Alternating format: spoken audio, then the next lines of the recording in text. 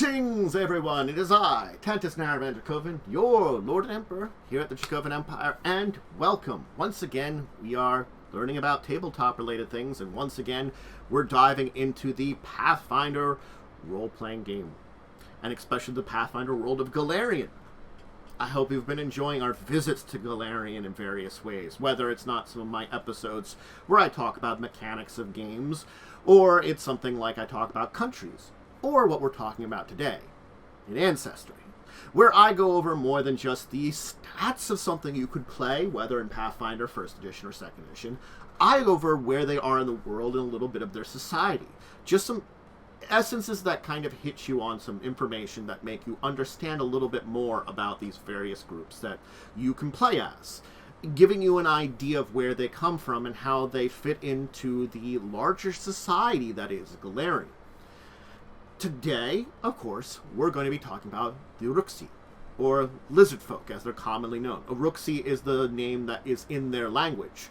And if you play Pathfinder 2nd Edition and see the book that they are introduced in for stat-wise for playing them, they use the term Iruxi. It is the more appropriate term, though the common term of Lizardfolk is still technically acceptable. Iruxi is their language's name for themselves. You have to think of it as. And, you know, it's one of those things is you get that still in a lot of other cultures is they will have a name for another culture, you know, that is in their version of the language that sometimes reflects the original, but other times does not. I will give a very good example, which I can think of off the top of my head. Japan and Nihon. Nihon is what Japanese people call their country. Japan is what we call their country. Those are two different words. Reasoning behind it, but it's the same way for this one, a lot more primitive.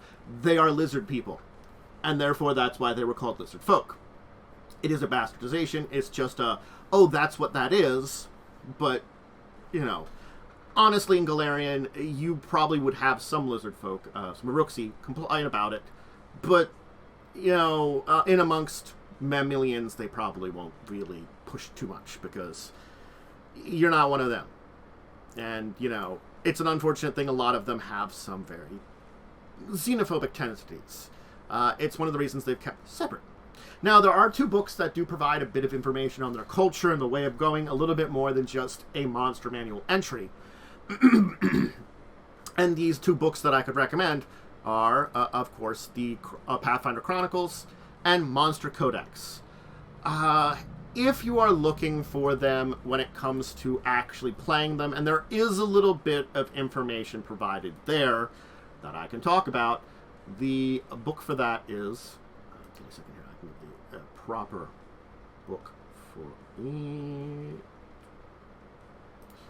I couldn't remember off the top of my head, of course. Oh, jeez.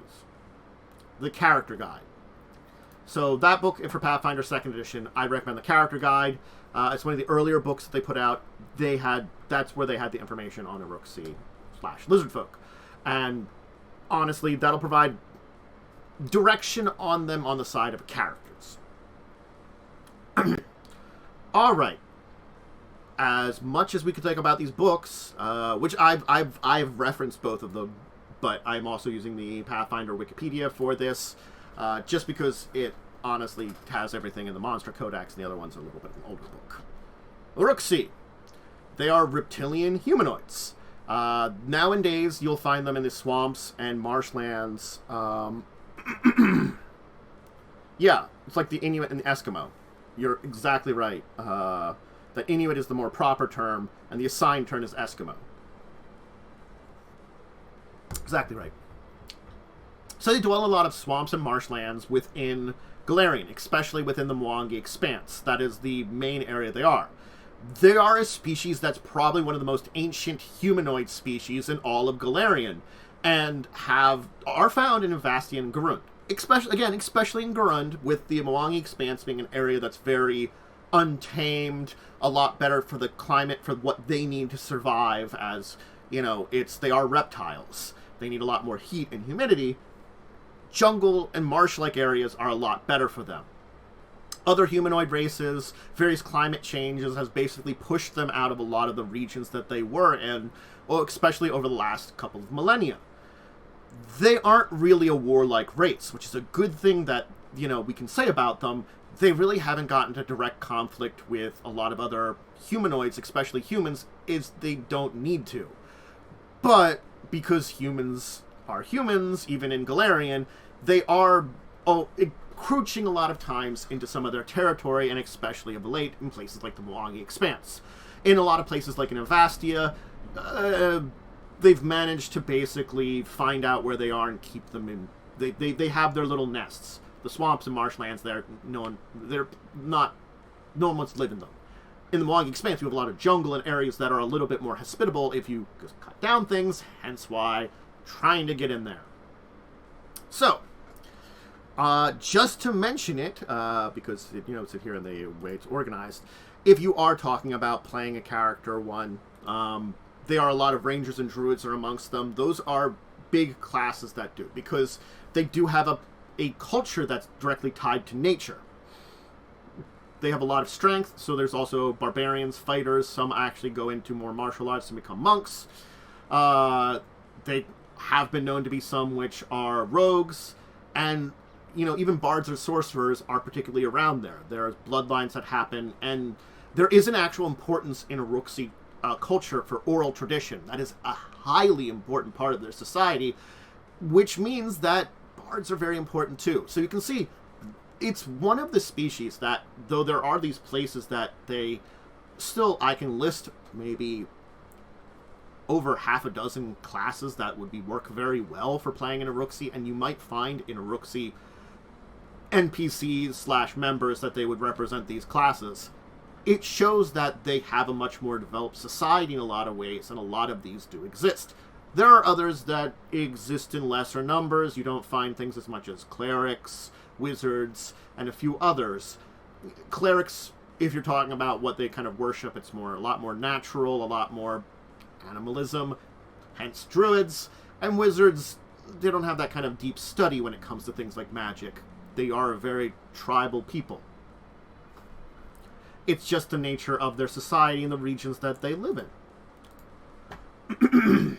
Now, speaking of the areas that they live in, most of them are swamp dwellers. They swim very well. They are very alligator-like when they propel themselves through the water. So, like, if you would compare an Iruxi swimming, it would look a lot like an alligator swims. They are cold-blooded. So, similar to a lot of reptiles, they have to regulate themselves through various ways. They are diurnal because of that, and are very sluggish at night. They are fairly intolerant to low ambient temperatures, so they prefer warm, temperate climates. Temperature also affects, similar to many reptiles, the gender of the egg hatchlings coming from eggs.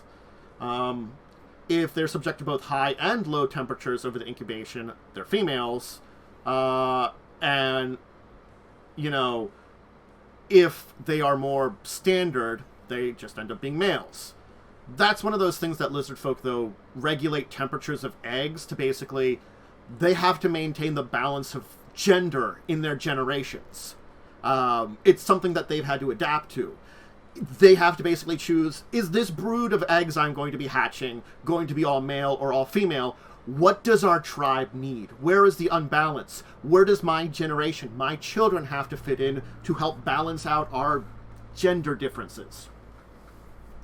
Lizardfolk eggs are laid singly, and each female usually lays one egg a year. So that's another thing. It's not a clutch, it's a single egg. Young lizard folk go into puberty at age 10, increase in height and mass for the rest of their lives. They are reptiles. Granted, like many reptiles, in their adolescence is the big growth spurts, and then when they reach in a proper adult stage, it's basically growing slowly over the course of the rest of their lives. They live to be usually between 60 to 80 years, barring accident or injury. There are exceptions to this. Sometimes there are much larger born lizard folks that are about twice the size of the average one, double the lifespan of many members of the species. They're lizard scions. Usually they're positions of powers within whatever Lizardfolk society they're in.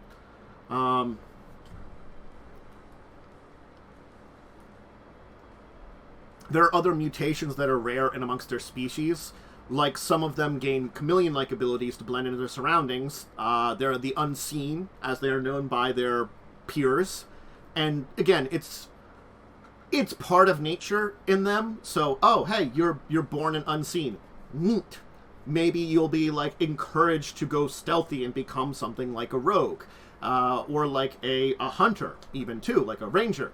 Both would be proper ways to use your abilities for the good of the society, for the tribe.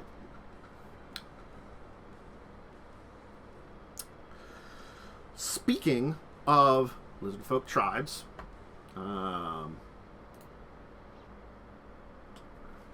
Lizardfolk tribes are patriarchal.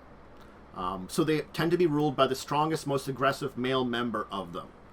Granted, Lizardfolk females are given the same rights and responsibilities as males, but they're smaller size, their role as egg layers, and tendency for eggs to hatch into females more often are why males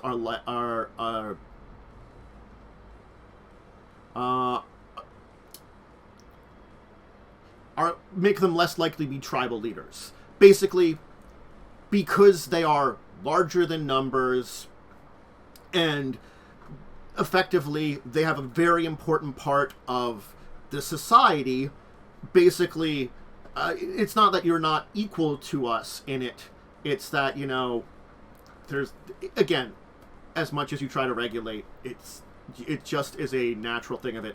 There are a lot more female Lizardfolk than male. The males are given a little bit of bonus that way in their society that way. Gender complex reptilian things. Lizardfolk settlements are a cluster of hollow mounds built on islands above a swamp. Each has an entrance covered by a flap to prevent loss of heat. A single mound is usually home to several Lizardfolk of different families who share the living space for warmth and companionship.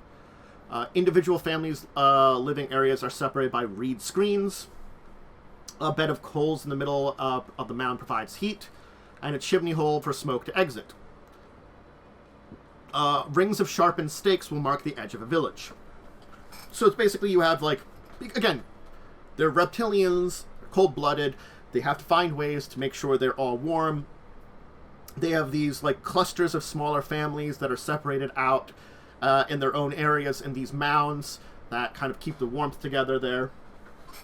And this comes down to a lot of what their religious beasts are. They focus on basically animism. The worship of natural spirits, their ancestors, though deities like Gozera do show up, Gozera being the nature deity. Religious life is typically led by various shamans, who often pierce themselves with animal and sometimes even other Lizardfolk bones to symbolize their connection with natures, aka fancy name for it's a druid. Oftentimes a druid, though sometimes a shaman could be a sorcerer too, or something like that, where they've got magic through the blood. There's other versions of it. A cleric could technically be the shaman of the tribe, but that is a real rare thing. Oh, I have connection to Gozera, the nature deity in this case. Rarer, but possible. They are influential figures within Lizardfolk society. They don't really lead tribes on their own. They're very rare that way, and because they're of any alignment, you do get those that are more wicked and more evil Lizardfolk, and those that do fall into various evil tendencies tend to worship the demon lord. I'm going to butcher this name, Zevgazabed. So that's another one that is, and Zevgazabed is the bestial demon lord, worshipped by Zugloths. Just to give you information on him. So one of the things that they do, especially again because of the Mwangi Expanse, so when I tell you this is where it really shines in, is they often train and domesticate dinosaurs or other similar creatures that has habitat overlaps in their areas. And usually the tribal shaman, once again, most likely druid, usually manages this. They're used as war animals, beasts of burden, basically worshipped as embodiments of the tribe's ancestors. Basically depends on the tribe you have. Sometimes lizardfolk are known to ally with wyverns. Kind of sometimes could even have them serve as winged mounts. Now, when we talk lizardfolk, we do have to mention they are, honestly, I guess xenophobic, which I kind of mentioned at the beginning, is actually not quite correct. I think the better way to put it is they are isolationists. Effectively, they have a territory, and they don't want to leave it without a specific a reason in mind. Another reason is they tend to distrust humans, historical conflict, because humans are the major humanoid race on Golarion, and a lot of their territory has been taken over by humans that they once had. A lot of territory they lost because of the changing environments, again, to humans, means they have a general distrust of them. Again, distrusting mammalians makes sense too. And, elves also, because there's a unspoken of betrayal in their legend against elves, so they kind of distrust them too. It's not a hatred, it's a distrust.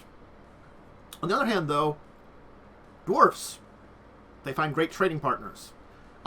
They don't meet very often. Again, like it's jungles and swamps versus mountains a lot of times. But if an Iruxi, a lizardfolk, would run into a dwarf, they would honestly be pretty good. And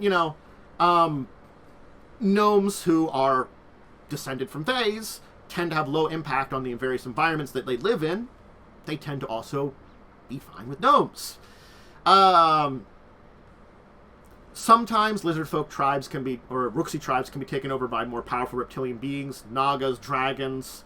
The Iruxi look at these creatures as brethren. They're also reptiles. The big thing is, though, lizardfolk do despise boggards, and they kind of view their society as a kind of degenerate mockery of their own, which are boggards are toad-like creatures, or toad folk, that live in some of the same areas. So they're generalized. They live in an area. They have some conflicts with each other. They kind of look down on them in general. I don't even know if this one's better there. I'll take a sip of water. All right. So, let's talk a little bit about the history we know of, which unfortunately is not a lot.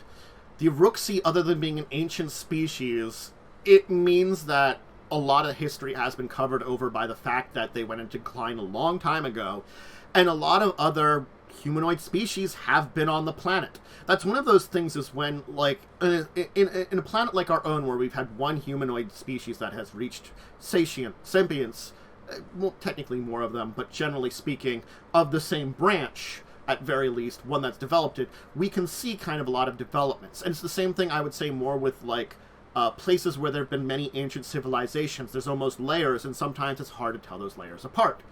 Unfortunately for them, it's a lot similar. Their history is very lost.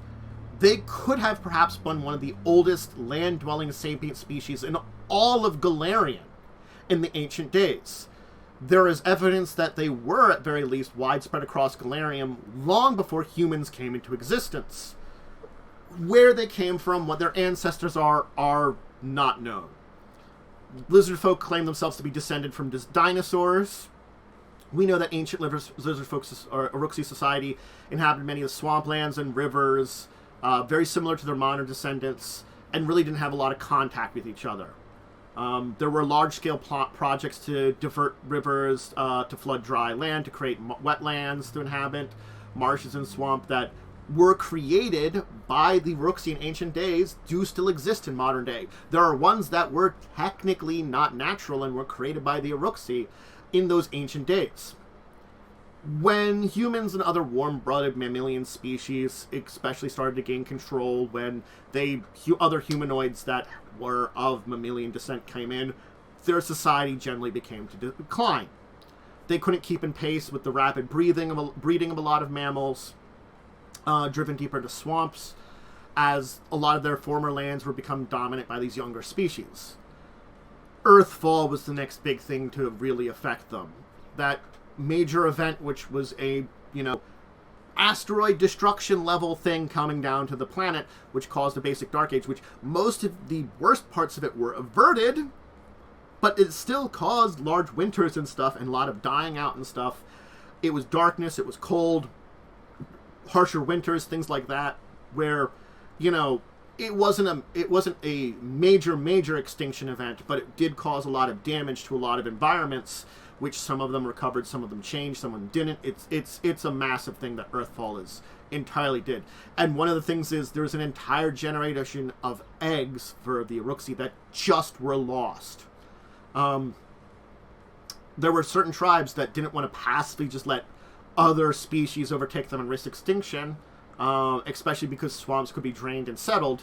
So some of them used shamanic magic to train into some of the other breeds of Lizardfolk we know about, some of the other sides of the ancestry, such as the Sandfolk, which are a subspecies of Lizardfolk that can survive in deserts. They are heat-going Lizardfolk. So we have other types of Lizardfolk that do exist, but they altered themselves with magic. It wasn't a natural thing, too. There are other ones, like there are subspecies of Lizardfolk called Cliffborn who can climb up on vertical surfaces similar to geckos. Those tend to be in the montane forests of Grund. Lizardfolk are very isolationist, not only to other societies, but they tend to be to themselves. Most commonly, you will find them in the Mwangi Expanse, where they dominate the southern part of the Sodden Lands. Also, parts of the River Kingdom, regions of Droon and southern Garun. They're also common in remote parts of Mogoti Island and the Vashami Jungle. So you will find Iruxi around in various places, but they are very scattered, and most likely it has been, honestly, thousands of years since these groups of Iruxi have had contact with each other. Maybe now more in modern Golarion you can see a little bit more of that, but it's a lot of things have happened that have separated them out very heavily. And again, things like you have to remember that are going to be important. I talked a little bit about these when I did my Golarion ancestry guide, when I mentioned the Iruxi, that you're going to tend to be, as an adventurer, someone that's going out for a reason. Stories, oral traditions, poems, things like that are very important. Ancestral rites. The culture that you have has not changed for tens of thousands of years and continues to today. And that's what Iruxi is, an ancient culture that hasn't really altered heavily since those old days. And I think that's a great way to talk about Iruxi when I'm mentioning them, that they are truly an ancient people. Iruxi are a holdover from the most ancient times in Golarion's history, predating a lot of the known history that there is. And they are... They might not be strong, but in the places that they are, they maintain themselves. They've found ways to survive, to adapt, to continue going on. What little strength that they have to face against, and faced against a world that is much harsher to them, they hold on to it. They are survivors. Even if they are a species, an ancestry on the decline, will they truly be gone, truly extinct? Hopefully not. As Golarion changes and becomes a much better place, and a lot of societies are beginning to evolve in ways that get away from a lot of very medieval, feudalistic, very violent pasts, things like the Iruxis, and the fact that they are opening up more to society, as they are isolationists. One of the reasons you can play them in 2nd edition is it's this idea that there is a new generation of Iruxis that's looking and saying to themselves, we do have to connect up with the outside world. What happens there does affect us. And if we are alone, then if some kind of problem happens, we will be overcome. While if we make friends with, let's say, the local dwarfs, and someone comes and moves into the area, we can get our allies, our friends, to come and help us. If we actually make friends with a human society, then other humans, which might be more violent towards us, we can get allies to it. That connections with other people, trade things, advances in stuff, more metals that they don't normally have. All these different things, more techniques, developing a better society more than they are. Magics which might help them survive and enchant their huts more to stay warm. And there's so much that can be brought about by connecting to the greater society that might mean a resurgence in them, even a small degree. And that's the thing, is that's the new generation of Iruxis looking towards that in the last couple of decades has really started doing that. A new change in their society that is brought upon by some of the things that have been going on.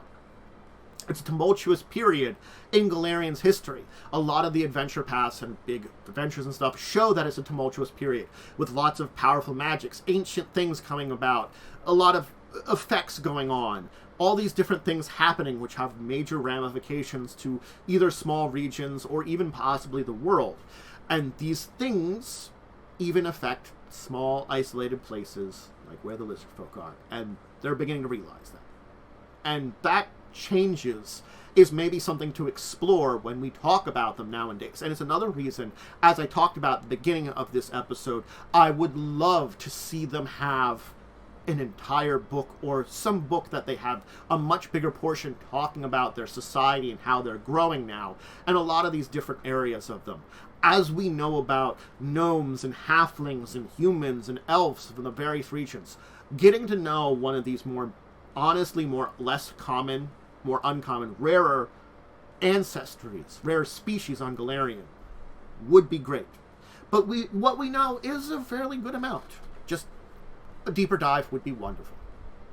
Anyway, thank you. I hope you enjoyed learning about the Iruxi.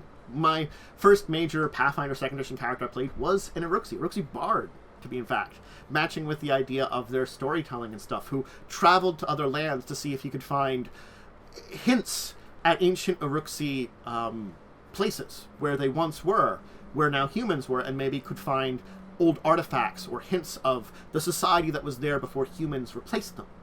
Hints about that kind of thing, and bring it back to his people. Stories that were lost. It was a fun character to play. And honestly, very enjoyable. That kind of thing I do recommend. The storytelling based upon the society is a very fun one, and that showed there. So, anyway, I could gush on for a little while.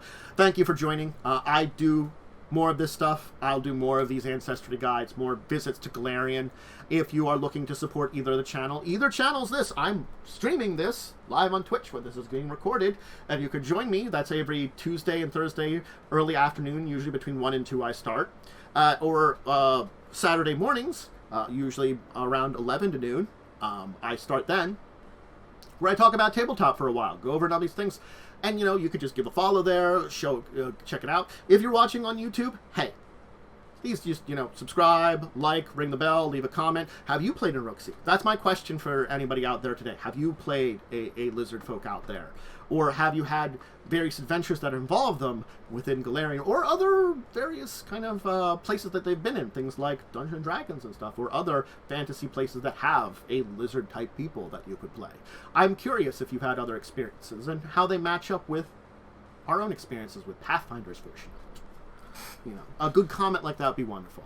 Anyway, I do have a Discord and a website formerly known as Twitter place that, if you check those out, my various schedules, random thoughts do tend to end up there. Sometimes pictures of interesting things, too. That's most of the shout-outs. There's other great ways to support, but those are the least that help us get going here, help both sides of the channel grow and stuff like that, and would be really great. I'm going to get going. I'm going to head off. I hope all of you have a great rest of your day. I'll see you next time. Farewell.